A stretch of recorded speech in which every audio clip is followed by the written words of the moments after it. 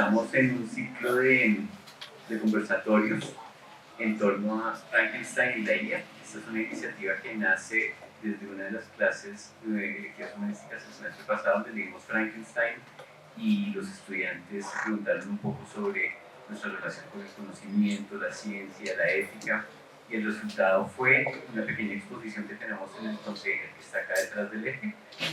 Si quieren ir, pues nos avisan, les abrimos el espacio para que lo recorran.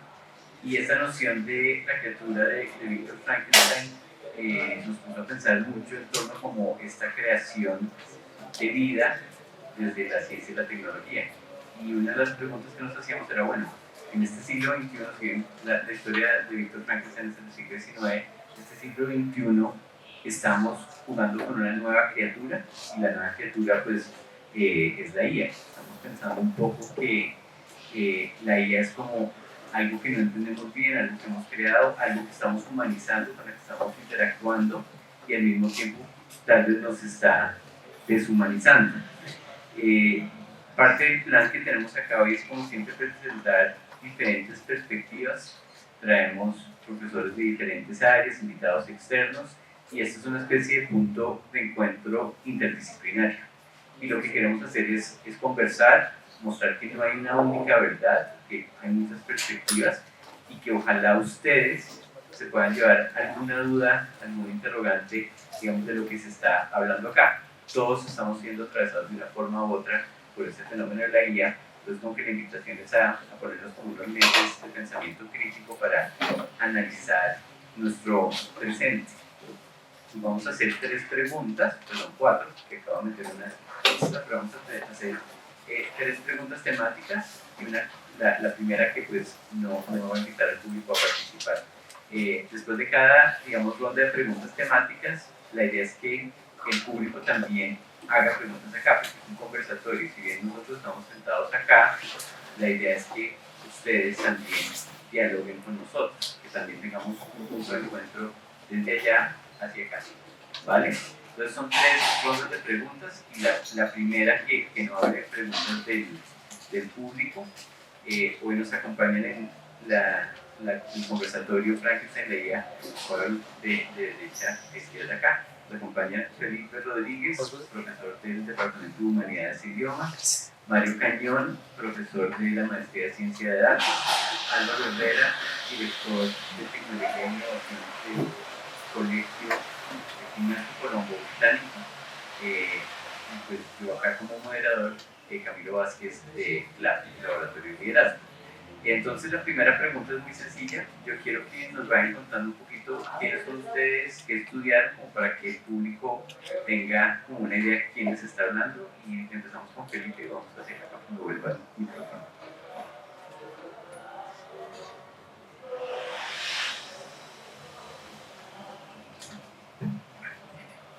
Buenos días, gracias por estar acá. Bueno, pues yo estudié arte, pregrado en arte en la Universidad de los Andes, y después hice una maestría en Chicago, en SAIC, y básicamente esa es como mi formación después del colegio, y de resto me he dedicado como a hacer arte y a trabajar proyectos de ciencia y tecnología. Mi nombre es Mario Millán Cañón Ayala, soy ingeniero industrial, tengo una maestría en automatización industrial y soy doctor en biología computacional y sistemas. Siempre me han gustado los números y pues muy interesante también estos temas. Entonces, ¿será que vamos a hablar de Frankenstein o de nosotros mismos?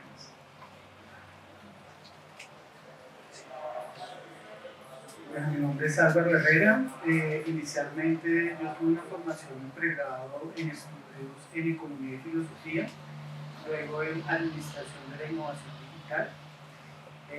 Después hice unos estudios de especialización en Ciencia de Datos, en Data Science, y otros de especialización en Innovación para la Organización ágil, y unos estudios de maestría en educación. Llevo más de 20 años, casi poco menos, ya va a cumplir los 20 años, trabajando en educación básica y media, pero he estado todo el tiempo en relación con universidades, he trabajado en centros de investigación, entonces para mí los ambientes universitarios son comunes.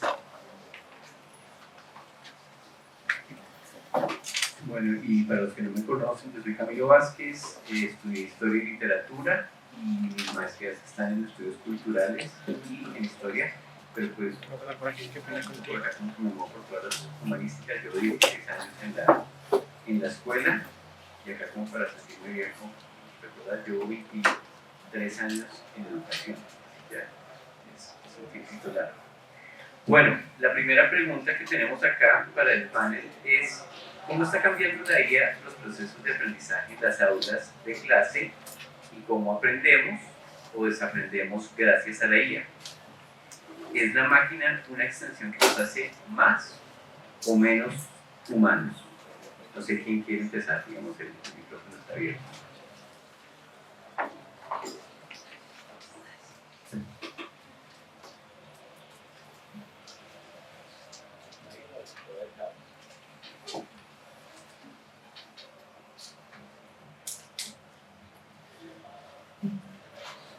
Bueno, pues digamos que inicialmente, antes de que como que uno lo pudiera ver más a profundidad, y creo que es algo que varias veces es reiterado, como que inicialmente se democratizó la deshonestidad académica, ¿no? Y eso tal vez empezó a poner mucha atención como en cómo los procesos de educación se van transformando en el tiempo, ¿no?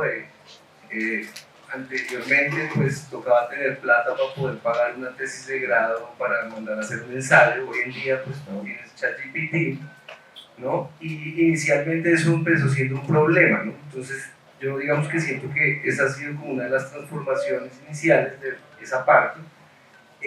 Después de eso pues la atención, ¿no? Pero para hablar de la atención yo creo que nos toca irnos atrás como al uso del celular, ¿no? Y cómo la inteligencia artificial aceleró lo que pasa a través del celular, ¿no? Como que otra vez es como la inteligencia artificial no es como, y no la quiero antagonizar, yo creo que eso es más el trabajo de marketing de las CIAs, como antagonizarlas para generar como estrés en la gente, pero es un factor de aceleración, ¿sí? Es un factor que acelera ciertos procesos que ya se estaban dando en el tiempo. De la misma manera, yo creo que como toda herramienta en el tiempo, y los que están en mi clase y lo hemos hablado, pues trae como ciertos terrores de, uy, va a acabar con el trabajo, va a acabar con ciertas cosas, pero antes que llegar a eso, yo creo que es una herramienta que nos invita a familiarizarnos con ella y aprender a usarla de una manera que tenga provecho en el aula de clase y también fuera, ¿no? Porque pues, esto es algo que está en todas partes, ¿no? Con la pandemia el celular pues hace que todos los ambientes puedan estar en el mismo lugar. Entonces digamos que a mí me parece que eso por un lado ha sido una de las cosas, y conectado a eso pues eso ha afectado mucho la capacidad desde mi perspectiva de muchos estudiantes de aceptar como la frustración, ¿no? Del rechazo, ¿no? De decir esto no está bien, ¿no? Y como decía, bueno, entonces ya no continúo. Desde mi experiencia lo que yo he visto es que muchas generaciones más recientes se rinden mucho más rápido ante una pequeña frustración. Y yo no estoy tan seguro, pero sí tiene que ver con una pérdida del sentido de propósito, que otra vez tiene que ver con la dopamina y lo que generan como estos aplicativos como TikTok, ¿no? de que le entregan a uno inmediatamente como un premio por cualquier cosa, ¿no? Entonces yo siento que eso lo complejizó, ¿no? Antiguamente cuando yo era estudiante, uno miraba por la ventana cuando no le interesaba lo que pasaba en la clase y uno se imaginaba cosas, ¿no? Pero ahora en el celular tengo como todos los mundos posibles, y yo creo que eso ha sido como una de las cosas que lo ha transformado. Entonces digamos que, y última cosa, para que son muchas cosas que pues, la pregunta muy difícil, ha empezado a individualizar mucho a la gente, ha hecho que seamos más individuales, y por eso yo he sentido la necesidad de que trabajemos grupalmente cada vez más, como ejercitar lo social, ¿no? No solamente en la clase sino en la vida, como esa cosa de encontrarnos, esa cosa del sentido de la educación, me parece que es fundamental, digamos, para la educación. Y para cerrar como toda la doble, yo siento que un impacto muy grande en el lenguaje. Yo ya desde el WhatsApp lo veía cuando estaba trabajando alrededor de Colombia, que el mensaje de texto era muy mal escrito, difícil de entender, la gente se comunicaba por notas de voz, ¿no? Hoy en día como que pensamiento y lenguaje están a veces un poquito en riesgo en muchos procesos de aprendizaje de los estudiantes, porque estamos delegando a la herramienta, que es una muy buena herramienta otra vez, que haga los procesos de pensamientos por nosotros. También estamos dejando de lado un poco el lenguaje escrito y probablemente eso se va a ver más adelante en otros ámbitos, ¿no? Entonces siento que haya sido un reto.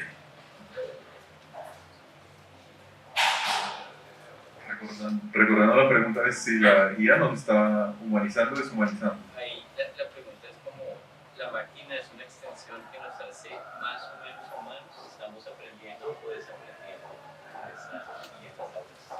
Aprendiendo o desaprendiendo. Yo creo que fue hace 2 años tuve una experiencia que de pronto nos puede servir como para ver qué pasaría en este escenario en el que estamos viviendo. ¿Alguno de ustedes ha conocido una máquina de escribir? Levanten la mano más bien los que la han conocido. ¿Quiénes más bien no conocen una máquina de escribir? Parece que todos la hemos visto hasta en ficción, porque yo no creo que aquí alguien sea un mecanografista experto. Recuerdo que hace 2 años estaba en una feria de una parroquia que estaban recaudando fondos y entonces allá alguien dio como donación una máquina de escribir pero en perfecto estado. Pues obviamente no iba a servir para que alguien trabajara en ella, sino para que se viera muy bonita en la oficina de un abogado o hasta de un ingeniero, pues no sé qué ingeniero le gustaría tenerla. Pero entonces estaba muy bien empacada y la estaba vendiendo una señora de edad, ya una señora que se había pensionado. Entonces llegó un niño como de unos 5 años y le dijo, abuelita, ¿qué es eso? Y ella le dijo, mira, con eso se podía escribir cartas. Y no podía entenderlo porque para él siempre había sido por medio de un computador, como así que tú tienes que escribir una carta en un artefacto de este estilo. Entonces ella le dio una enseñanza muy importante a este niño. Le dijo, pero eso sí, una persona que estaba escribiendo algo en esa máquina de escribir, que tenga un error de ortografía, un error de tipografía, ¿qué tenía que hacer? Coger toda la hoja, destruirla y volver a empezar. Entonces ella decía, imagínense la perfección de la ortografía y del orden que tenía para poder ser un mecanografista. Entonces eso nos está pasando ahora. Nosotros antes teníamos solamente el corrector, pero ahora, inclusive en mi caso, yo ahora ya no escribo casi mis correos, sino de una vez los paso por la IA para que me ayude en la corrección de estilo. Entonces imagínense dónde está la ortografía de un profesor como yo y cómo estará la de ustedes. Entonces es para pensar que la IA es una herramienta que sí nos transforma porque estamos dejando de hacer cosas que no hacíamos antes, pero que también nos permite hacer cosas adicionales y que tenemos que usarlas porque finalmente aquí nadie va a sacar una máquina de escribir y diga yo quiero escribir en una máquina de escribir porque quiero tener mejor ortografía y redacción. No lo va a hacer y no lo vamos a hacer tampoco, pero sí para que pensemos que mientras más usemos una herramienta, pues más estamos tal vez socavando nuestras habilidades. En el año 2024 salió un artículo de la revista Nature que decía si finalmente era un beneficio para nosotros o era una muletilla que estaba socavando nuestras habilidades. Entonces nosotros tenemos un botón en este momento que dice, ¿será que lo puede hacer mejor que yo en ciertas cosas? Pero ¿qué me está quedando a mí? Entonces también es un espacio desde la academia para nosotros también abrir espacios, como nos comentaba el profesor, en que habilidades como la comunicación se pueden estar perdiendo por el simple hecho de que ahora tenemos una herramienta poderosísima. Entonces, ustedes, o todos nosotros, estamos viviendo en un momento difícil, pero más ustedes que están aprendiendo, porque no sé si el día de mañana pueda pasar algo cuando confiemos tanto en las herramientas, pero lo que nosotros contratamos son seres humanos al final de cuentas.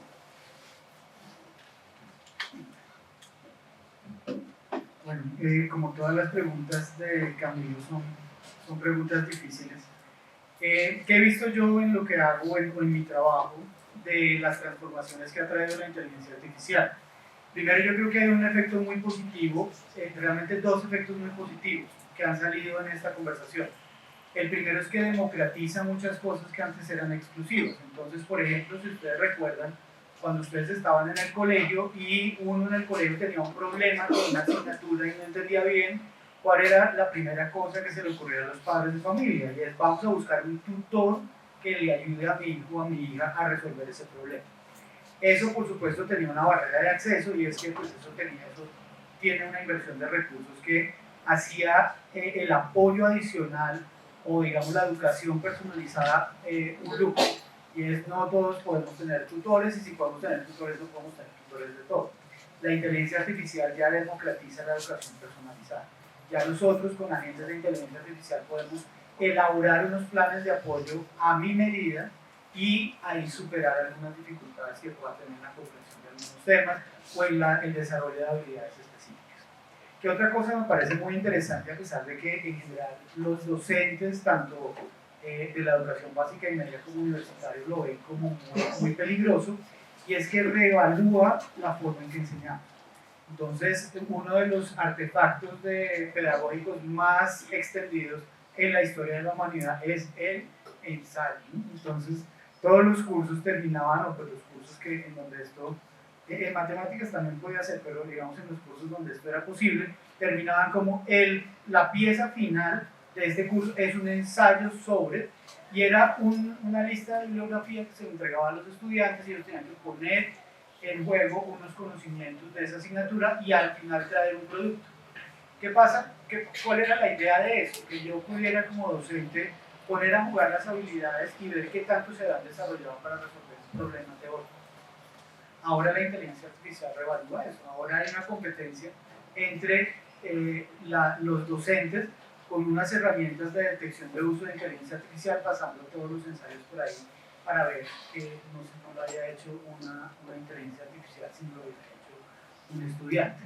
Eso pues ya replantea los artefactos pedagógicos que usamos. Uno se preguntaría si sigue teniendo sentido hacer el ensayo final del curso, sabiendo que pues una inteligencia artificial ya se puede entrenar también, que puede incluso impostar muy bien a un estudiante, incluso poniéndole errores de redacción de ortografía, lo que lo vuelve casi indetectable. Entonces eso me parece positivo. ¿Qué cosas veo que no están saliendo bien? Y es que ese es un problema filosófico interesante, y es John Searle, más o menos el filósofo, en el año 1980, puso un problema que lo llamó la habitación china. La habitación china es, ¿qué pasa si yo le puedo dar a una persona todas las reglas que le permitan ordenar unas fichas con ideogramas chinos, de tal forma que pueda construir un texto siguiendo las reglas, y se lo presento a un hablante nativo del chino? Entonces el hablante nativo del chino, ¿qué va a pensar?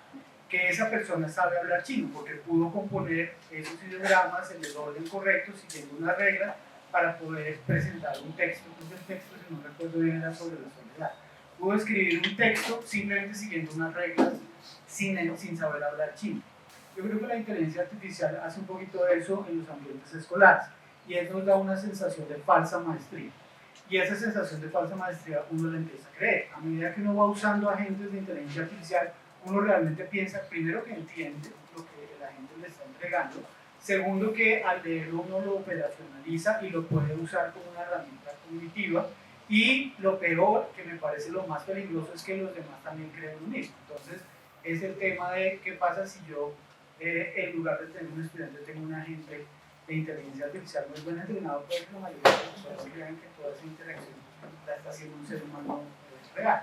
Entonces, para cerrar la pregunta, mucho, pero me parece un tema muy interesante de si la inteligencia artificial nos está humanizando o deshumanizando. Para mí esa pregunta es un poquito capciosa, porque yo creo que todo lo humano es humano. No veo que haya como una deshumanización, porque eso me obligaría a mí a definir qué es ser humano. Y pues somos humanos porque existimos biológicamente, digamos, en mi interpretación. Lo que yo creo es que no nos está deshumanizando, sino que nos está acomodando mucho. Y eso pues ya se está empezando a ver. Hay un autor que se llama James Flynn, que ha hecho investigaciones sobre, pues con una medición que es muy cuestionada, que es el coeficiente intelectual, sobre cómo ha evolucionado el coeficiente intelectual en las generaciones subsiguientes en varios años. Y ha visto que generación tras generación, la generación siguiente tiene un coeficiente intelectual un poquito más alto. En este momento, en el año 2024, fue establecida la primera vez que la generación siguiente tiene un coeficiente intelectual un poquito más bajo que la generación anterior. Entonces hay todo tipo de teorías, una de ellas es la pandemia, el efecto que tuvo la pandemia sobre las generaciones jóvenes, pero otra es el uso de la tecnología, y es que la tecnología puede llegar a reducir la demanda cognitiva y puede llegar a que el aprendizaje y el desarrollo intelectual sea un poquito más modesto, porque sería casi que, digamos, andar en una silla de ruedas por todos los espacios. Yo voy perdiendo mi movilidad paulatinamente porque tengo como un artefacto.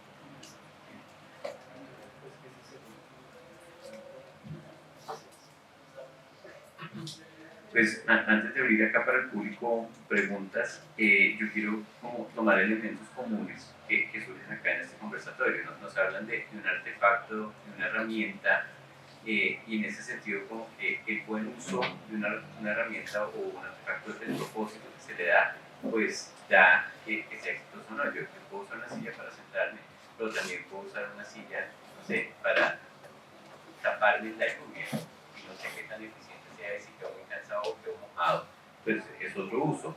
Y Álvaro toca un tema que me parece muy interesante, que es también como el lugar del profesor en la formación de estos agentes en la guía. Es decir, no es como que yo llevo cualquier cosa leí, entonces me pongo en la clase, sino que el profesor también tiene que tener muy claro su propósito. Evaluar por evaluar sin saber por qué se está evaluando, pues es un riesgo con o sin guía, digamos, por un lado.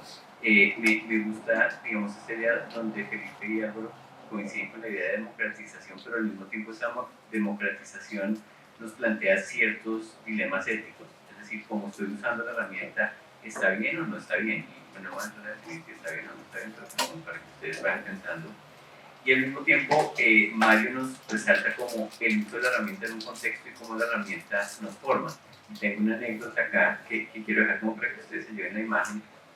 Hace muchos años yo estuve con un doctor de la asociación o de la Liga Colombiana contra la Epilepsia, y el doctor me decía, la quimioterapia le ayuda muchísimo a las personas que tienen epilepsia porque el movimiento estimula ciertas partes acá en el cerebro. No me acuerdo exactamente bien cómo era, pero decía ese movimiento, decía, si nosotros tenemos una persona del siglo XIX acá, esa persona del siglo XIX sería mucho más hábil que todos nosotros haciendo cosas físicas porque vivía sobre un caballo en movimiento. Entonces podía hablar, ustedes montan un caballo y se están agarrando a ver si no se caen, pero esta persona podía hablar, podía recoger cosas, trabajaba, incluso descansaba leyendo sobre el caballo. Entonces nuestra movilidad no es la misma de alguien hace mucho tiempo porque nuestra relación con el transporte cambió. Pues vamos en carro o vamos en scooter, entonces no estoy lidiando con un ser vivo que me sacude, y el caballo era una especie de herramienta de transporte, ¿no? No sé si hay alguien acá que quiera abrir una pregunta del público o un tema o comentar algo. No solo son preguntas, si hay algo que quieran decir por ahí. Te acercas acá un segundo para que quede grabada la...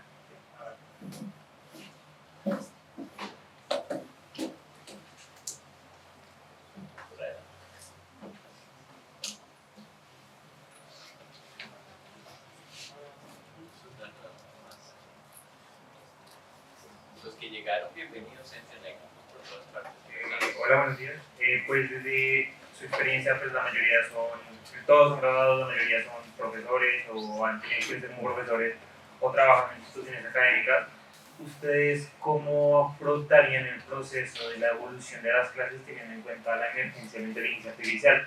Digamos, yo me refiero a la cuestión de, digamos, que el plagio se ha vuelto algo mucho más sencillo, porque si yo antes quería hacer plagio, me traían una hoja de fórmulas, ahora traigo mi celular y le cuento la inteligencia artificial. Y ahora hay dispositivos, digamos, como las Ray-Ban Meta, que son gafas que tienen una cámara.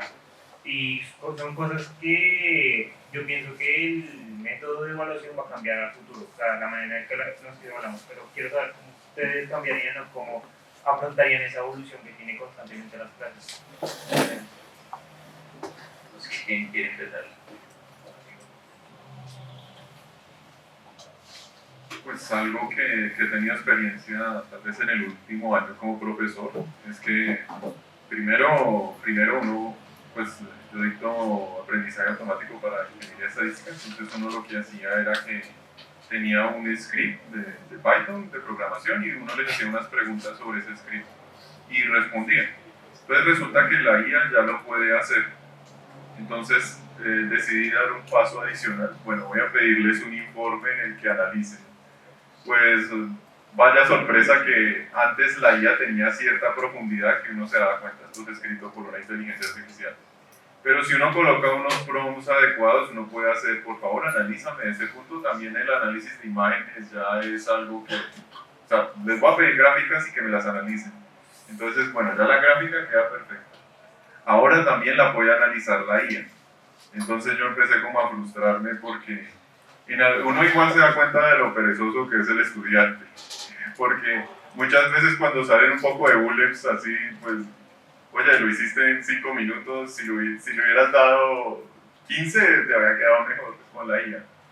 Entonces pasé al punto del análisis, entonces al final dije, no, van a hacer este trabajo, pero por favor hagan una presentación. Entonces cuando tenían que pasar al tablero y presentar las cosas, ahí se cayó toda la estantería. Porque tenían cosas escritas, pero entonces uno preguntaba, y bueno, ¿por qué eligió ese método en específico? Entonces no sabíamos cómo responder. Eso es lo que también nos está dando la IA. La IA es muy potente para buscar información, pero nosotros no tenemos la velocidad para adquirir el conocimiento de todo lo que nos está mostrando ahí en el tiempo esperado. Entonces, en ese momento, lo mejor que se podía hacer era tratar ya de llevarlo al cara a cara. Usted, ¿qué es lo que está haciendo? Inclusive, pues seguramente ustedes están viendo eso en sus exámenes, que ya prácticamente ustedes entran con un papel y un lápiz y si ustedes les toca quitarles todos los dispositivos en algún momento también, pues a los que estamos mal de la vista como que nos va a tocar rebelarnos contra el sistema porque nos van a quitar hasta las gafas. Pero al final, la mejor manera de evaluar es finalmente quitar todas las herramientas y en ese momento uno se da cuenta en verdad que qué tan formada está la persona. De todas maneras, eso es en el proceso de formación porque profesionalmente, pues tú no te puedes quitar esas herramientas de encima, porque las necesitas porque si no, no vas a ser competitivo.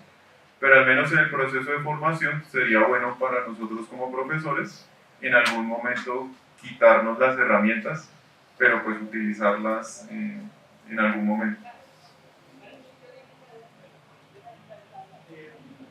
Pues bueno, ahí yo creo que la base de esa pregunta es saber qué es aprender.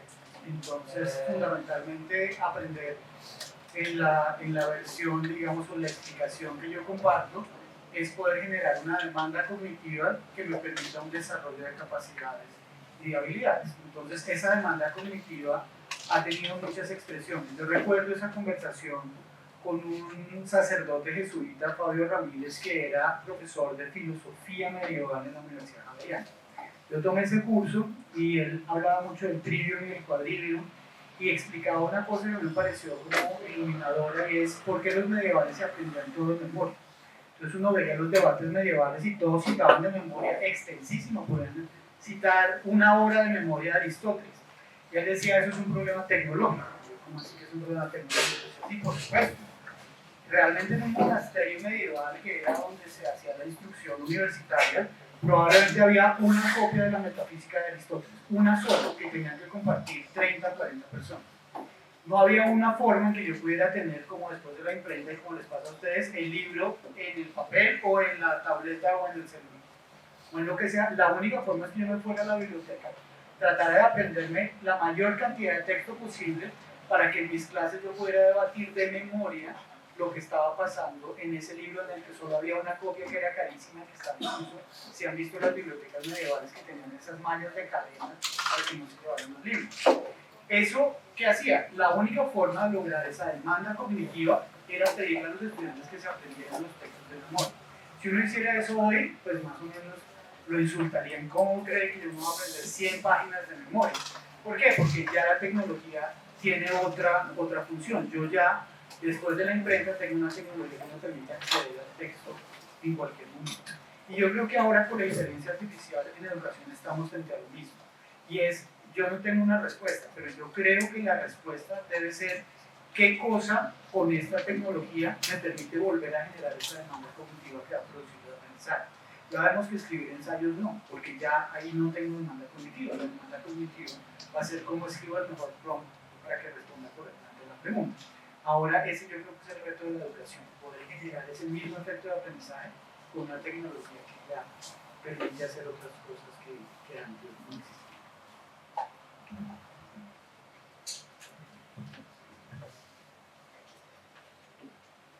Pues yo siento que, o sea, no es tan preocupante en el aula de clase, digamos que si uno piensa como históricamente en una clase, pues hay gente que se destaca, hay gente que atraviesa la clase de forma intermedia y hay gente que le va muy mal. Puede haber varios factores para eso, desinterés, presiones, problemas, tal vez también a veces un gran conocimiento o mucho talento. Hay varias cosas que moldean eso. Claro, después de la pandemia sí hubo un poquito de una apatía extraña que yo percibí, pero digamos en estos últimos años y pues un poco en el enfoque hay que usarla, no hay que satanizarla, como fue la escritura en algún momento también en la tradición oral pues hubo como una oposición a la escritura en algunos puntos y después la escritura llegó como herramienta, pero no es algo realmente orgánico del ser humano la escritura es algo y pues el analfabetismo habla mucho de específicamente que es algo que hay que ejercitar, hay algo de lo que hay que aprender. Y entonces un poco lo que yo he visto en clase para también responder tu pregunta es cómo se empiezan a separar como las personas que empiezan a hacer el ejercicio de tratar de entender la herramienta de forma objetiva, de forma, no sé si objetiva, de forma consciente, que pena la palabra que escogí, y los resultados se ven. Yo como que a veces soy muy dramático y entonces está como no, pues está decreciendo el resultado de proyectos de ciencia y tecnología en mis clases en el tiempo. Y pues extrañamente en la clase de Marx que estábamos revisando los procesos, había más de 10 proyectos muy bien elaborados con la ayuda de la inteligencia artificial de forma consciente, ¿no? Y yo creo que y como profesor pues ha sido un proceso, porque es un proceso también de aprendizaje, o sea, igual que yo no nací con el celular y después me dieron uno y como que no lo quise mucho tiempo, llega la inteligencia artificial a una forma de educación que a mí me ha parecido beneficiosa porque ha separado como esa autonomía más en un contexto donde mucha gente estudia para trabajar y hay como ciertas imposiciones para salir adelante, para un ascenso socioeconómico y empezar a ver que ayuda, como lo mencionabas tú, a ser un tutor personal de quien realmente quiere aprender ciertas cosas. Una de las cosas que a mí me parecían más complicadas en el colegio era que todos teníamos que aprender igual o lo mismo y todos éramos como casi de la misma edad y yo llegaba como de las vacaciones con mis primos de diferentes edades y me sentía como muy atrapado en eso. Entonces yo creo que lo bueno es ponerla a disposición, no satanizarla, ¿no? Y ahí sí, igual que siempre, depende de la autonomía de cada individuo que entra al sistema educativo.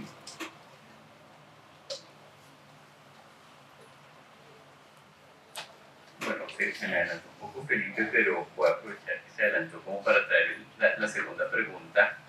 Y nosotros estamos hablando hoy en día de ser un ciudadano digital, ser un ciudadano letrado. En el caso colombiano, en algunos momentos de la historia, si uno no era letrado, no podía votar, no podía participar, por ejemplo, en los procesos electorales. ¿Qué se determinaba como ser letrado? Pues no sé, poder escribir el nombre o leer una página, etc. Y ahora, pues, si estamos con este fenómeno de una tecnología que nos atraviesa muchísimo, unos medios instantáneos, muy rápidos, y pues hago esta pregunta. ¿Qué se requiere para ser un ciudadano digital y letrado en el siglo XXI? ¿Qué rol juega la IA en nuestra formación como seres autónomos? ¿Nos está deformando o formando como ciudadanos? No sé quién quiere empezar.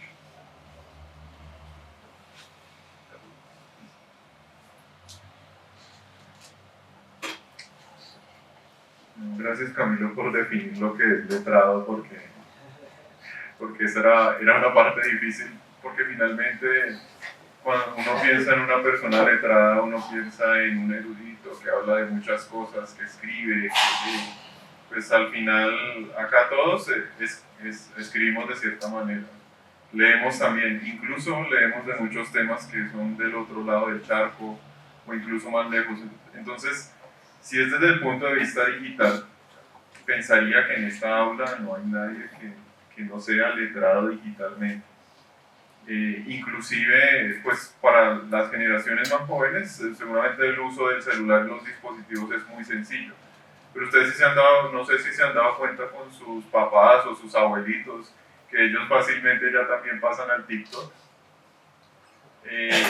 Eso también hace que ellos de cierta manera pues empiecen a tener cierto conocimiento, a pesar de que sea inmediato, de que de pronto no sea profundo, pero uno puede hablar con una persona y muchas veces puede tener un tema de conversación, al menos de lo que está pasando en la actualidad. Entonces diría que digitalmente, por la exposición que tenemos a los medios de información, incluso de otras generaciones, pues podemos decir que es muy fácil ser un ciudadano digital el día de hoy. Eso es algo que de pronto estamos pensando en este contexto de esta sala. Pero hace unos años trabajé para un proyecto del Ministerio de las TIC que estaba haciendo como unas torres de comunicaciones en todo el país, porque hay algunas zonas que nada más dependen en Colombia del internet satelital. Entonces uno se daba cuenta que, por ejemplo, en zonas rurales de Cundinamarca, hay lugares donde no llega internet, por ejemplo. Entonces allá se vive otro ambiente un poco diferente, pero al menos acá en las ciudades estamos viviendo algo diferente en términos de lo que podemos hacer con la inteligencia artificial. Tal vez algo que ya estabas comentando desde el inicio, y es que la inmediatez un poco de lo que queremos, tal vez eso sí está cambiando un poco nuestro punto de vista humano. Acá yo sé que todos, acá hay bastantes personas jóvenes. Levanten la mano los que tienen una relación amorosa de más de un año. Un poquito más alta, no les dé pena. Bueno, entonces bajémosle a una de 6 meses. Bueno, ¿quiénes no tienen relación amorosa? Uy, muchos solteros acá. Bueno, es por lo que están jóvenes, pero algo que me parece una evidencia de un poco de la inmediatez de lo que está pasando en el celular es que nosotros conseguimos todo rápido. Entonces, a mí me da a pensar en ustedes como más jóvenes, el día de mañana cuando tengan hijos o estén buscando una pareja, ¿ustedes qué esperan de esa pareja? ¿Que sea de toda la vida o que sea de cambio rápido? ¿Quiénes quieren una pareja para toda la vida? Muchos queremos eso, pero ¿será que con la inmediatez que estamos viviendo, de que pasamos una página rápido, será que será fácil buscarla? De pronto es un poco difícil. Entonces, ser ciudadano digital es sencillo cuando están las disposiciones de comunicación en general. Eso por un lado. Y de cómo la IA está transformándonos como seres humanos, está haciendo que nuestros cambios sean más cortos e inmediatos. Y hay algo que es muy importante en la vida y es ganar cosas de a poquito, a poquito, a poquito en el tiempo, y un valor que tú retrataste de alguna manera, pero es el de la perseverancia. Si nosotros como profesores y también como estudiantes podemos buscar una manera de estimular la perseverancia en todos los ámbitos de la vida, creo que es algo que requerimos también como sociedad, como para que la IA sea más una herramienta y no que nos sobrepase.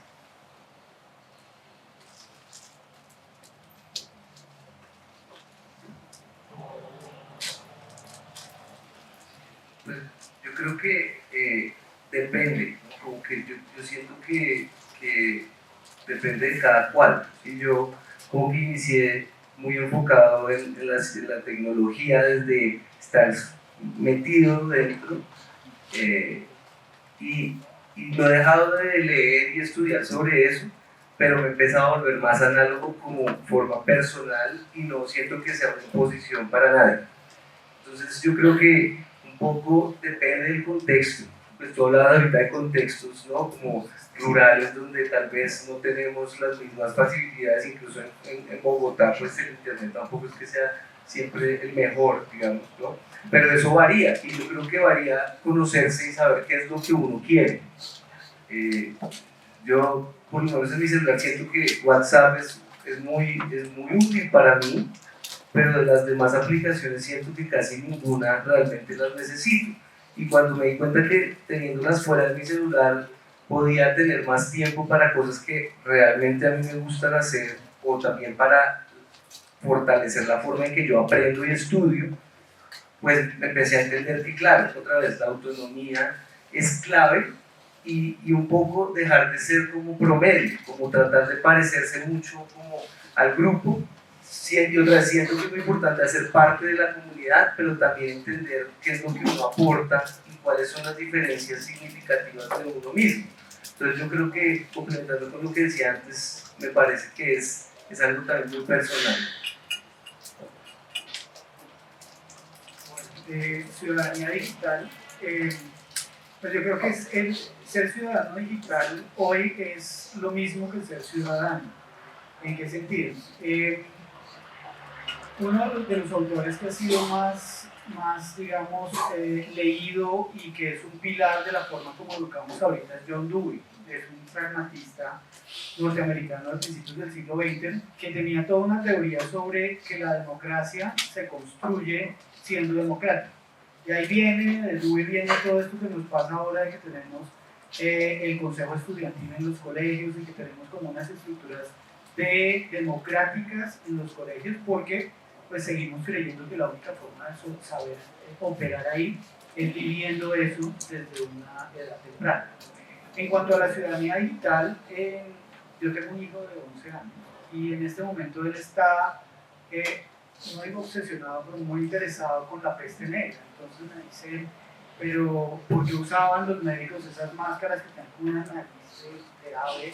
Y yo decía, no, pues porque en ese momento con la teoría, digamos, con los modelos cognitivos y mentales y disciplinares de la época, pues se consideraba que la peste se transmitía por el aire, era como un poquito como el COVID, que volaba y contaminaba pues, las mucosas y nos infectaba al morir. Entonces ellos se ponían esa nariz con unas esponjas con vinagre porque creían que eso filtraba el aire. Además había una teoría de los humores, era el aire contaminado que afectaba. Entonces él pues me parecía absurdo, decía, pero si eran las pulgas, las aplicaban una rata y después transmitían el parásito de las personas. Decía, sí, porque su modelo mental hacía sentido ahí. Y parte de la ciudadanía es adquirir esos modelos mentales que me van a permitir operar en el mundo donde estoy. Y en un mundo mediado por la tecnología, formar ciudadanos que entiendan cuáles son esos modelos que están detrás, por ejemplo, de la inteligencia artificial, es sumamente útil para ser un buen ciudadano. Hay ahora como todo un debate sobre por qué ahora hay más gente que cree en las teorías de la conspiración, y son teorías de la conspiración realmente absurdas, o sea, cosas que hace 20 años realmente nadie les hubiera dado una oportunidad. Hoy hay mucha gente que cree en esas cosas fervientemente. Y la respuesta es que hubo un momento en el que ya nos dejamos de preocupar por tener esos modelos que nos permitieran entender correctamente el mundo. Y aquí tengo una experiencia con el profesor Cainano, y es que él y yo tomamos un curso en la escuela de verano pasada con el profesor Iván Uriel, y era sobre inteligencia. El profesor Uriel pues, es uno de los colombianos pues, que está haciendo investigación de punta en inteligencia artificial. Obviamente el profesor Cañón entendió todo, yo no entendí nada. Cuando me hablaban de teoría de números más o menos, pues ya cuando entraron a procesos estocásticos yo me puse a llorar. Pero lo importante para mí de ese curso fue que yo después de eso tenía que hacer una política de implementación de inteligencia artificial. Y al haber visto realmente lo que está detrás de la evolución de esos modelos, haberlo visto técnicamente a un detalle que yo, pues hubo un punto en el que yo decidí que no iba a entender nada más, entonces que era clase y iba a hacer las tareas, pero yo no tenía como aspiraciones de poder operar con esos modelos. Pero eso para mí fue un conocimiento crítico que me permitió tener debates de muy alto nivel sobre qué debíamos hacer con inteligencia artificial con menores de edad y qué no debíamos hacer. Yo creo que la alfabetización digital debe ser para todas las profesiones y para todos los ciudadanos, y esa estructura de poder entender qué hace un modelo de eso me va a permitir operar y cumplir unas funciones como ciudadano mucho más efectivas. Así no entiendo qué es lo que pasa, veo todo como una caja negra que uno le pone datos, le dedica cosas y le devuelve información.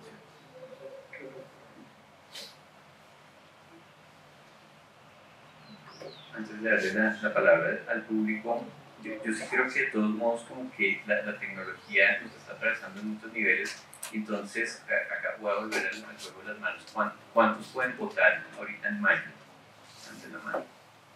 Sí, miren alrededor que la mayoría de este salón puede votar. ¿Y qué tanto va a influir, por ejemplo, un algoritmo que les va a mostrar en sus redes lo que el algoritmo cree que ustedes piensan, para que ustedes sientan que todo el mundo piensa igual que ustedes? Y yo pienso como que ahí la ciudadanía, y conectando un poco con lo que decía Felipe, que vamos a entrar, así nos creamos autónomos, como que esa tecnología me puede hacer pensar que todos piensen como yo, o que yo pienso diferente a todos, entonces soy rebelde, no sé, pero sí nos atraviesa y es un bombardeo permanente de información. Y yo creo que ahí el ser letrado tiene como un jueguito también donde el letrado puede procesar información y tomar decisiones en torno a ellas. Bueno, o malas, no sé, pero como que se informa. Y ahí yo creo que la herramienta pues es un arma de doble filo. Ustedes tal vez no se acuerdan, pero con las elecciones de Trump la primera vez hubo todo el debate con esta empresa, no me acuerdo, que usó datos Stanford Analytics que manipuló un montón de perfiles, digamos, de lo que llega a perfiles de Facebook para que la gente votara de tal forma u otra. Entonces, pues ya no es como que sí, yo voy y voto y pongo mi web y tal, pero ¿cómo llego yo a ese lugar como un ciudadano responsable?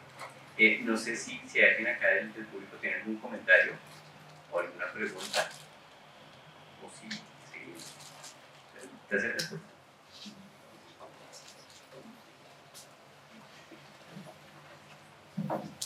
Buenos días, me llamo Juan Felipe. Mi pregunta es básicamente, como teniendo en cuenta que hablamos del tema académico y el tema de la ciudadanía, digamos que algo que a mí me causa también como la duda es como también esto cómo afecta el tema de los profesores. Digamos que el tema de la docencia, no solamente en el tema de cómo aprendemos los estudiantes, sino también en el tema de cómo enseñan los profesores. Porque pues también de la misma manera en la que pues tanto puede ser una herramienta como positiva, en el caso de la docencia pues perfectamente un profesor podría llegar, ya que pues hay pues, de todo tipo de personas que enseñan, podría llegar y empezar a usar IA para calificar, para retroalimentar, y que ya se pierda como eso también, esa conexión con el estudiante. Entonces, o podría por el contrario como optimizar el tiempo, optimizar sus clases. Es como, ¿cómo creen también que en el caso de los profesores, cómo podría llegar eso a afectar también, teniendo en cuenta lo que mencionaron los tutores, que esa, como que esa parte de que un profesor vaya a la casa ya no se necesita tanto porque la IA se adapta a las dudas que tiene el estudiante en el hogar, entonces solamente le pregunta y le dice, como explícame de tal manera, y así enseña. Entonces, con preguntarles como esta parte de también como importante de la docencia, porque como lo que nos alimentamos de cierta manera todos los estudiantes de primaria, de secundaria, de universidades, de lo que sea, ¿cómo creen que la IA puede impactar en el tema de la docencia? Yo voy a empezar a peaje medio escalofrío, pero al mismo tiempo cuando dice la IA enseña, ¿no? Y sí es una realidad, que mucha gente aprende con la IA, entonces, bien o mal, que les está enseñando. Y voy a sesgar un poquito acá la discusión para entregarles a los panelistas el micrófono.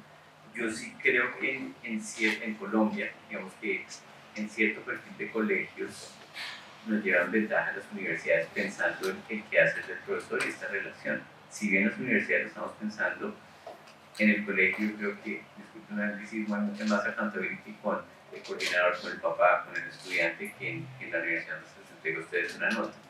Pues, digamos que tal vez son más arcaicos. Entonces, como que meto eso acá en la licuadora como para ver si qué piensan ustedes como profesores, y ya los voy a poner así de primeras desde educación básica. Bueno, no, es una pregunta muy interesante y para eso pues tengo una anécdota. Tengo una amiga muy cercana que es rectora de un colegio en el Ecuador, el colegio mayor de San Borondón, el colegio menor de San Borondón en el Ecuador, en Guayaquil. Entonces me dijo que tengo un problema ético. Y yo, como así, muchas gracias. Nosotros hablamos mucho por WhatsApp. Y me dice, mira, yo estaba en una reunión sancionando a un estudiante de grado décimo. Entonces estaba yo sentada en el gran escritorio de la rectora, estaba mamá, papá y estudiante, porque habían detectado que había usado inteligencia artificial para hacer un ensayo y lo había entregado, y obviamente en los programas lo había detectado. Y había en el manual de convivencia una norma que pues, le ponía una matrícula condicional al paciente. Todo iba muy bien, la niña pues, estaba casi al borde de las lágrimas. Se iba acabando la reunión y decía, pero un segundo, antes de que acabemos yo tengo una pregunta como estudiante. ¿Cuál es tu pregunta? Dice, ustedes me están sancionando porque yo hice mi trabajo con inteligencia artificial, pero mira las instrucciones que me mandó la profesora, ni siquiera le quitó los iconos de ChatGPT. Entonces, a mí me sancionan porque yo hago mi trabajo con inteligencia artificial y el profesor hace su trabajo con inteligencia artificial. Entonces, ¿a qué estamos jugando? Me dice mi amiga Carolina y la niña dañó todo. Y esa es la pregunta, digamos, frente a la que nosotros estamos como docentes. Y es, pues, finalmente la inteligencia artificial también, en esa afirmación de que la inteligencia artificial enseña, la inteligencia artificial enseña de una manera, pero el aprendizaje finalmente es aprendizaje emocional. El cerebro humano, lo que recuerda, si ustedes hacen como un barrido de lo que recuerdan y las habilidades que tienen, son habilidades que están relacionadas siempre con una emoción. ¿Por qué? Porque el cerebro está hecho para sobrevivir al león o al tigre de dientes de sable que me está persiguiendo. Entonces, finalmente, el tigre de dientes de sable va detrás mío y lo que hace el cerebro es que reorganiza la información para que yo pueda escapar y diga, tengo un árbol a 100 metros, tengo un lago a 500 metros y yo escojo el árbol y salgo a vivir. ¿Qué va a pasar? Que yo me genero un impacto y una emoción tan grande que la próxima vez que yo tenga un tigre detrás, ¿qué es lo que voy a hacer? Buscar un árbol y así funciona el aprendizaje. Por eso en todas las investigaciones en medios escolares, donde hay abuso escolar, donde los niños los matonean, como decíamos antes, son lugares en que tenemos una tasa de aprendizaje muy brutal, porque el aprendizaje está siempre asociado con emociones negativas. No hay algo que le diga al cerebro, esto vale la pena conservarlo y operacionalizarlo en mi vida. Entonces, en ese sentido, la inteligencia, el aprendizaje es más un camino que un resultado. Y asimismo, como sucede con los estudiantes, para los docentes, construir una experiencia de aprendizaje es un proceso de aprendizaje. Digamos, el lugar común que había en las universidades, cuando yo entré a la universidad, era el profesor que ya estaba como de salida de la profesión, que llevaba el mismo librito amarillo ya desgastado, con los mismos talleres que los estudiantes del semestre anterior le prestaban a los semestres siguientes para que contestaran las mismas preguntas. Entonces, eso pues ya se ve muy poco, porque la experiencia docente es una experiencia de construcción continua. Y en la trampa de la inteligencia artificial también pueden caer docentes, también podemos caer docentes. Es que es tan fácil, escriben algunas lecciones, pero ahí yo mismo como ser humano estoy dejando mi humanidad un poco de mi experiencia docente y mi experiencia personal, que es lo que finalmente construye una buena experiencia de aprendizaje. Entonces la pregunta pues, de la niña de décimo creo que es para los profesores, que es nosotros realmente qué estamos usando, cómo estamos usando esta herramienta para poder llegar a una educación. Esta pregunta podrían detener la grabación, porque efectivamente pasamos en verdad al banquillo cuando tú nos preguntas, porque uno normalmente como docente dice, están utilizando IA y no están haciendo lo que uno espera que deberían hacer, pero también parte de nuestro lado. Entonces ahí entramos en un juego del sentido común. Seguramente ustedes se acuerdan de los profesores que son buenos y esos que no son tan buenos que dicen, no, ese profesor, como tú lo decías, el mismo libro amarillo, o no fue a la clase, o sabemos que ese taller lo sacó inteligencia artificial y nos lo dejó.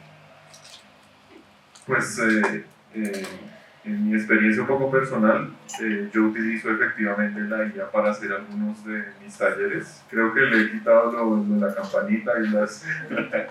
y también... Y quieres que también te ayude a hacer una clase con hacer algo así de ese estilo. Entonces, efectivamente, el profesor puede utilizar el recurso, así como los estudiantes también. Pero normalmente uno por sentido común se da cuenta cuando fue descarado tanto el estudiante como el profesor. Pues yo empecé a trabajar en la escuela desde el año pasado al inicio y pues yo tenía mis clases normal, con una estructura, con algunos ejercicios y talleres, unas explicaciones y eso es todo. Y algo que sí me ha parecido que es una herramienta de doble filo es la opción de retroalimentar al estudiante con inteligencia artificial. Me acuerdo que en un correo que recibí de un colega hacía una revisión de mi trabajo que teníamos que hacer en un proyecto y toda la retroalimentación era de inteligencia artificial. Y yo me sentí ofendidísimo porque no, era como si no entendiera lo que yo estaba haciendo, sino simplemente como si tomara trozos y me dijera arregle esto, arregle esto, arregle esto. Y yo me sentí ofendido, entonces me pongo en la posición de los estudiantes. Si ustedes están diciendo, yo tengo ahí un profesor, pero él me envió unos comentarios y se ve como una inteligencia artificial la que me lo está diciendo, yo espero que me lo digan ustedes. Entonces, me acuerdo que para un curso que tengo como poquitos estudiantes, yo les pedí ese taller de análisis que colocaran las gráficas y eso. Entonces, pues yo dije, voy a dedicarme tiempo a revisar. Entonces, pues me demoré más de lo que debería demorarme como profesor en mis tiempos para revisar. Pero una vez me encontré con uno de esos estudiantes y me dijo que eso era lo mejor que yo había hecho por ese estudiante, que lo había retroalimentado. Y eso a veces a nosotros como profesores se nos olvida, pero es porque estamos ocupados en muchas cosas. Entonces uno dice, voy a delegar a la IA, pero la verdad a mí me parece que en este momento a uno utilizando funciones de proyectos, que tome un poco evaluaciones del pasado que no ha hecho, pero lo mejor es la experiencia personal, como que el que me escribió eso, o sea, yo creo que en algún momento llegará al punto en que digan, no el Turnitin para estudiantes, sino por favor, como estudiante, yo pido que me certifique que eso me lo escribió un ser humano, porque es algo en el que en verdad estamos cerca y que me parece que uno como profesor, pues, por más cosas que uno tenga que hacer, uno tiene que sacarle el tiempo, porque si no, pues, terminamos delegándole a la IA nuestra labor. Entonces, pues, bien la reflexión y yo me acuerdo que pues, en otra institución en la que trabajaba hacían en mayo como el día del profesor, entonces hacían una ceremonia y premiaban a los profesores por categorías. Entonces yo decía también, pero porque, o sea, yo como trabajando en algunos medios académicos, uno sabe que como eso nos puede pasar también, o también les puede pasar a ustedes porque algunos de ustedes van a ser profesores. Van a trabajar en la empresa X, en la empresa Y, también en la universidad X, en la universidad Y. Entonces ustedes trabajan de un lado, de otro, de otro, de otro, de otro. Entonces ustedes, ¿qué le están entregando a cada uno de ellos? Entonces es un sentido común de la responsabilidad de lo que se compromete. Y eso pues también ustedes tienen que pensarlo como futuros profesionales. Ustedes seguramente les van a llover oportunidades, pero con responsabilidad y conciencia hagan las cosas bien. Así usen la IA, pero si usted la usa a conciencia, va a funcionar bien. También como profesores, si usted quiere ser perezoso y quiere utilizarla, pues va a quedar mal. Pero si usted la usa a conciencia, pues va a quedar mal.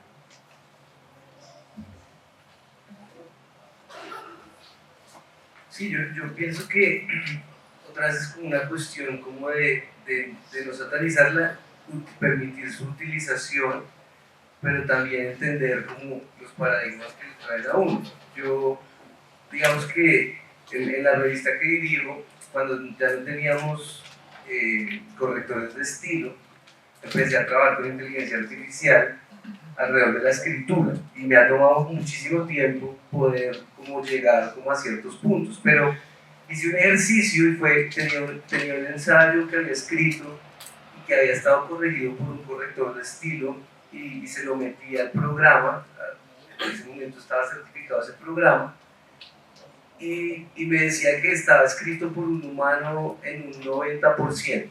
Y entonces yo después le pregunté, yo decía, pero es que esto lo escribí antes del ChatGPT 2017, ¿de dónde viene ese 10%? ¿No? Entonces, y después le pedí las sugerencias porque tenía como una cosa de mejorar el estilo, que sigue siendo monstruosa desde mi punto de vista, pero sí gramaticalmente, porque siempre en una revista se le puede pasar a un punto de pronto, se le puede haber una palabra que hay un error porque alguna de las personas que lo revisaron no lo vio, y realmente me pareció una ayuda buena, como uy, wow, acá hay estas cosas, y entonces estaba pensando en esa parte como de la confianza, porque si uno manda tal vez un artículo de investigación o algo a una revista y la pasan por uno de estos softwares y dicen, no, 10% no humano, ¿no? O estoy casi seguro, ¿no? Entonces, esa parte como de dudar, y por eso, digamos que a mí me parecía muy importante, especialmente cuando estábamos trabajando en la maestría, que fue lo que más me tomó tiempo con los estudiantes, que yo leía un ensayo y decía, esto no está bien ni mal, esto no está bien ni mal, no sé qué hacer, no sé qué comentar, no sé qué hacer con esto. Y ahí fue la primera vez que compré un software y dije, bueno, miremos así, esto está hecho con inteligencia artificial. Y entonces empezamos a tener una negociación mucho menos disciplinar, en el sentido de ese modelo disciplinar, como de que somos un poquito adversarios y yo dudo de ti, de ponernos unos compromisos para atravesar la herramienta. Entonces, yo les pedí el favor, miren, para la primera parte donde van a formular su ensayo de investigación, háganlo ustedes. Y después vamos a usarla como se nos dé la gana, pero por lo menos delimitemos qué es lo que vamos a hacer desde nuestra propia autonomía. Eso ha ido cambiando, no como en su totalidad, pero a mí sí me ha permitido, y por eso me parece muy interesante, que una confianza mayor con ciertos estudiantes, como el poder decir, bueno, vamos a hacer esto. Y en ese sentido, cuando hablamos del rol del profesor, ¿no? Y como en fin de muchos trabajos también, que son otros, como una corrección de estilo a veces, yo siento que esa cercanía de poder conocer a la otra persona, de sentarse a hablar, ¿sí? La inteligencia artificial igual es supremamente afirmativa y cualquier idea, por más mala que sea, interesante, ¿no? Y es como, interesante, te estoy preguntando, ¿no? Entonces, como que esa cosa de poder discutir y poder conocer un poco de la persona y sentir, hoy hablábamos con un estudiante que un sensor de humedad no es lo mismo de yo tener el cabello mojado y sentir, es lo que implica. Podemos generar datos similares y se pueden hacer procesos iguales, lo mismo que pasa con cocinar, pero no es la misma experiencia, ¿no? Entonces estábamos tratando, pues, la pregunta de definir qué es una inteligencia artificial y qué es un ser humano, porque caemos siempre en esa cosa de el cuerpo es una máquina, ¿no? Entonces la inteligencia artificial va a reemplazar al ser humano, y como lo mencionaba al principio, incluso la palabra artificial implica que es hecha por el ser humano, ¿no? Entonces, como que es también muchos sofismas ahí que nos dividen, y yo creo que lo bonito de esta posibilidad es realmente como tener un acercamiento mayor entre los profesores y los estudiantes.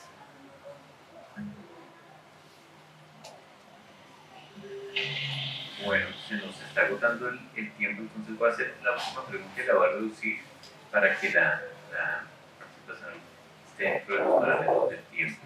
Y ya hablamos mucho de la educación, de la ciudadanía, de la participación. Yo le quisiera ir a otro tema, que es cómo nos está afectando nuestra vida cotidiana y cómo nos está afectando en particular nuestra noción de tiempo de ocio y ocio la inteligencia artificial, porque yo creo que casi hablamos del trabajo, ya todos van a tener ideas, todos tienen miedos de que se reemplace o que yo controle la IA, pero sí me gustaría hacer como esa reflexión, no solo de aprender en un lugar formal, sino cómo es esa vivencia del tiempo, entre comillas, libre, ¿no? Cuando uno está ocupado o está trabajando, está haciendo negocios, ¿no? Está negando el ocio, y a mí sí me interesa como tomarnos 2 minutitos como para hablar del ocio y cómo está cambiando esa relación nuestra que se está atravesando por algoritmos e inteligencias artificiales en los espacios de ocio. No sé quién quiere empezar.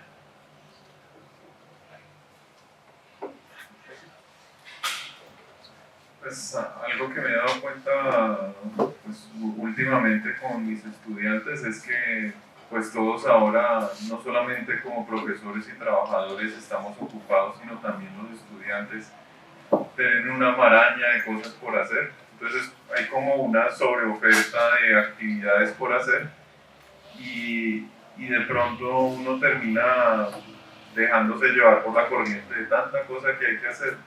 Entonces, pues algo que pensaría que es como una reflexión para hacer acerca, pues, sobre el ocio, es que también traten de pensar en verdad qué cosas les llaman a ustedes la atención hacer y qué están haciendo en verdad, porque uno está en miles de grupos, en miles de actividades y al final uno de pronto no está haciendo lo que lo hace a uno más feliz.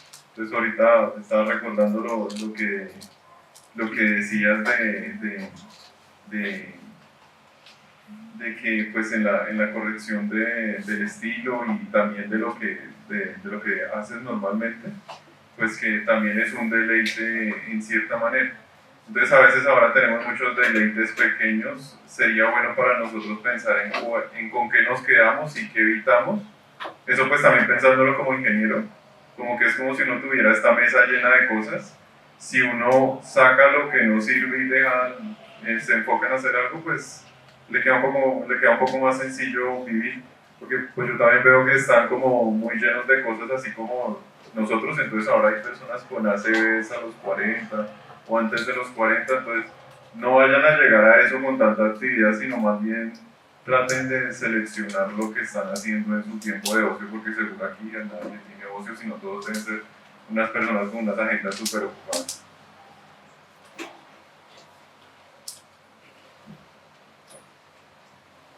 Sí, yo creo que hay algo que decías que es como que hay tantas cosas que no quiero hacer, como que hay tantos lugares a los que no quiero ir, y hay tanta comida que no me interesa probar, como que uno está bombardeado todo el tiempo y como que pareciera que uno quiere hacer esas cosas. Y yo me he dado cuenta que realmente hay muchas cosas que no quiero hacer, ¿no? Y tal vez ha pasado esta noción del ocio y el tiempo libre a un espacio puramente de consumo. Esto es un espacio puramente de consumo. A mí me parece muy importante aburrirme. Creo que he repetido varias veces que para mí las vacaciones del colegio eran lo mejor porque no había nada.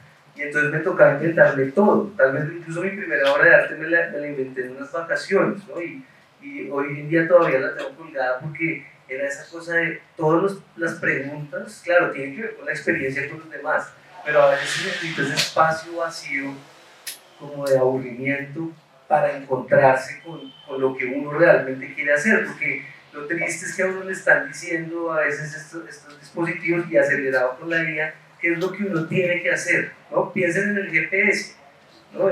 Ya me ha pasado que llevo una parte sin señal y me empiezo a buscar porque no me aparece por dónde tengo que coger y no tengo la corazonada de, pero si podemos atravesar, no podemos atravesar, ¿no? Entonces todo nos está diciendo qué es lo que tenemos que hacer, es como nuestro personal Jesus, como que no, pero ahora es nuestro personal assistant, ¿no? Que también viene con nuestra propia narrativa del fin del mundo, ¿no? Está conectado, ¿no? Y ahorita digamos que estamos saliendo del 1 de mayo con estas nociones del ocio y la pérdida del trabajo. A mí hay una parte que me gusta y es que se acabe el trabajo, ¿no?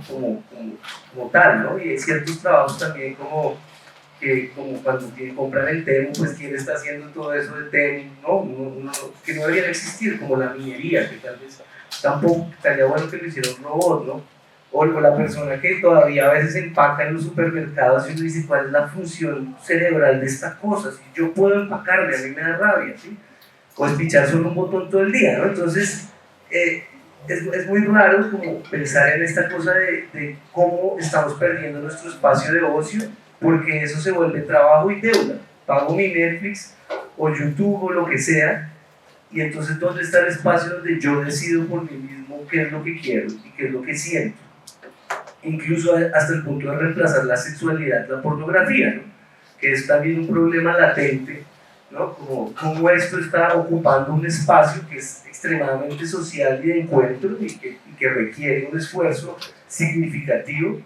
Y este es el camino más fácil, pues ¿para qué salgo si yo puedo masturbar en la casa viendo esta hiperrealidad, ¿no? Como que, entonces yo siento que ahí hay como un pequeño problema.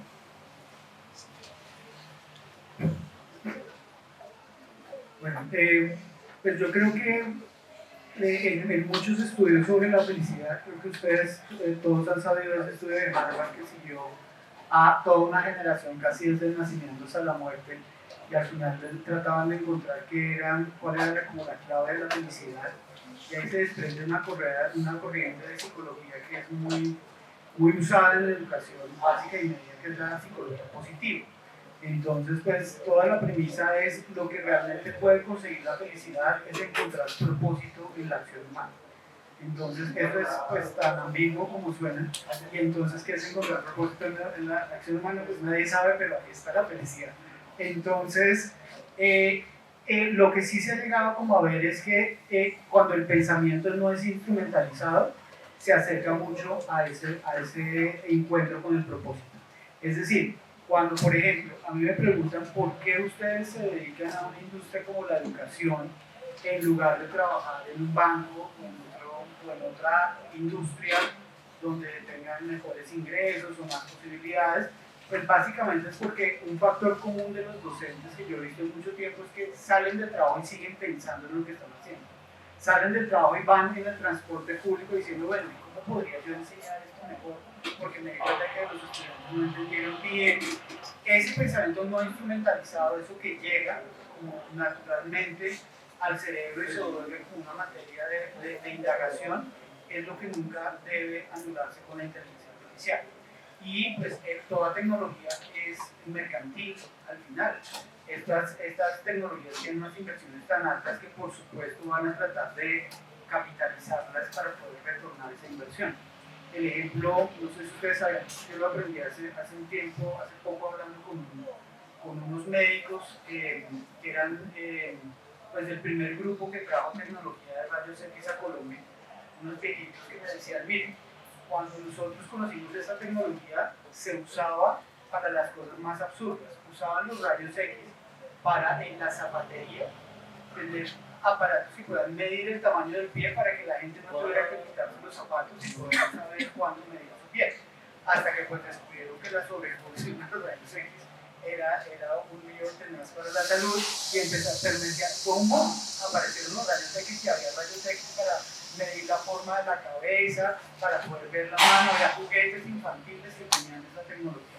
Eso mismo nos está pasando con la inteligencia artificial, está colonizando unas áreas que nosotros deberíamos proteger porque es el área natural donde la acción humana es lo que nos va a traer al final del día felicidad y propósito, y pues eso tiene que ser no negociable. ¿Cuál es la dificultad ahí? Encontrar, es saber cuáles son esas cosas que a mí me generan propósito. Y eso pues yo creo que es el fin de la vida. Si uno dice cuál es el fin de la vida de un ser humano, pues es encontrar el propósito. Y al final del día, encontrarlo y morirse. Eso es lo que dice Aristóteles, por ejemplo. Pero esa persecución del propósito es algo que no debería ser negociable. Y pues la no podría competir con eso.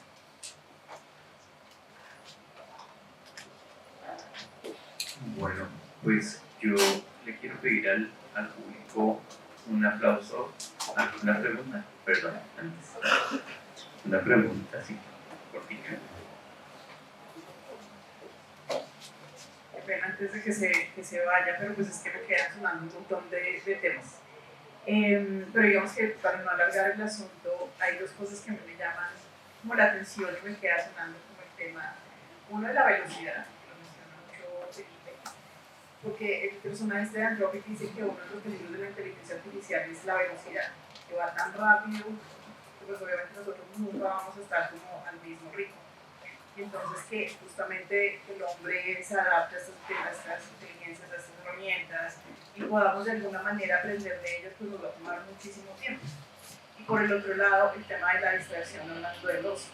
Si es peligroso o no que estemos todo el tiempo distraídos pasando videos de TikTok, que no estemos haciendo algo físico, o ejercitando nuestra memoria, o ejercitando nuestras habilidades, sino que estamos distraídos y consumiendo. Pero si hay algún peligro, ustedes ven algún peligro en esta distracción permanente y en la falta de aburrimiento para que nos llegue algo de creatividad. Voy a ser estricto con el tiempo, 2 minutos por respuesta. Pues sobre la distracción, yo quiero pues decir que lo que muestra la investigación en la educación ahora es que es un mal mayor para la humanidad. El aprendizaje profundo solamente se da después de un estado que llaman el estado de flow, y es cuando yo ya estoy tan imbuido en una tarea que ya pierdo la noción del tiempo, pierdo la noción del espacio y estoy concentrado en esa tarea. Lo que hace en las redes sociales, por ejemplo, ese sinfín de las redes sociales es que nunca me deja llegar a ese estado, porque apenas voy a llegar, cambia otra vez la demanda aquí, cambia otra vez. Entonces yo creo que eso sí es un mal mayor que tenemos que en las universidades y en los colegios tratar de recuperar. Siéntate y lee por media hora, solo leer, no viendo el celular, el correo electrónico, porque ahí no va a haber un aprendizaje profundo. Pues finalmente también estas distracciones bajan también la productividad, no solamente al estudiar, sino también como trabajadores. Entonces, no sé si se han dado cuenta cuando ustedes separan un poco su celular de su lugar de trabajo, pues también van a ver que esa distracción como que también puede socavar el tiempo que ustedes están empleando para las cosas. Solo para recordar algo, hace un tiempo tuve una experiencia con unos estudiantes que fuimos a unas veredas de Chorchi, Cundinamarca, y estábamos recogiendo unos excedentes agrícolas en un camión. Y para nosotros fue una experiencia tan bonita porque allá no cogía ni señal y estábamos utilizando nuestras manos para sacar un camión y llenarlo con 10 toneladas de alimentos. Entonces como que decíamos, no sería bueno hacer esto toda la vida, pero sería bueno tener también algunas actividades en donde no tengamos que pensar tanto, porque a veces si nosotros estamos utilizando y sobrepensando las cosas, eso también nos puede hacer mucho mal, y pues más ahora que pues hay muchos problemas mentales y pues que las prevalencias de este tipo de afectaciones a la salud pues han crecido, y pues en buena parte también se debe al estrés que se acumula por la sobrecarga de información. Sí, yo creo que es una herramienta muy complicada y nos quita el tiempo. Yo pues hablaría de mi experiencia, yo no tengo redes sociales en el celular, pero sí tengo. Y tenía un evento y me pidieron el favor que publicara las historias, y eso no se puede hacer en el computador.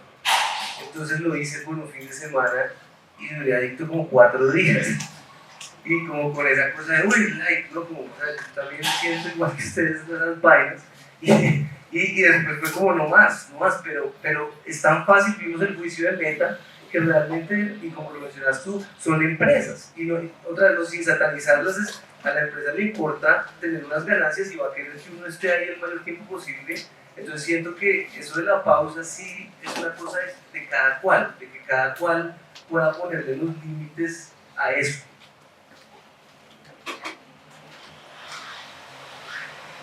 Bueno, fueron muy curiosos con los 6 minutos, y ahora sí, entonces le voy a pedir a nuestro público que nos acompañó con nosotros un aplauso para Felipe, Mario y Álvaro por darse su tiempo y compartir con nosotros esta reflexión. Ojalá que lleven ustedes alguna duda, alguna incomodidad. Gracias.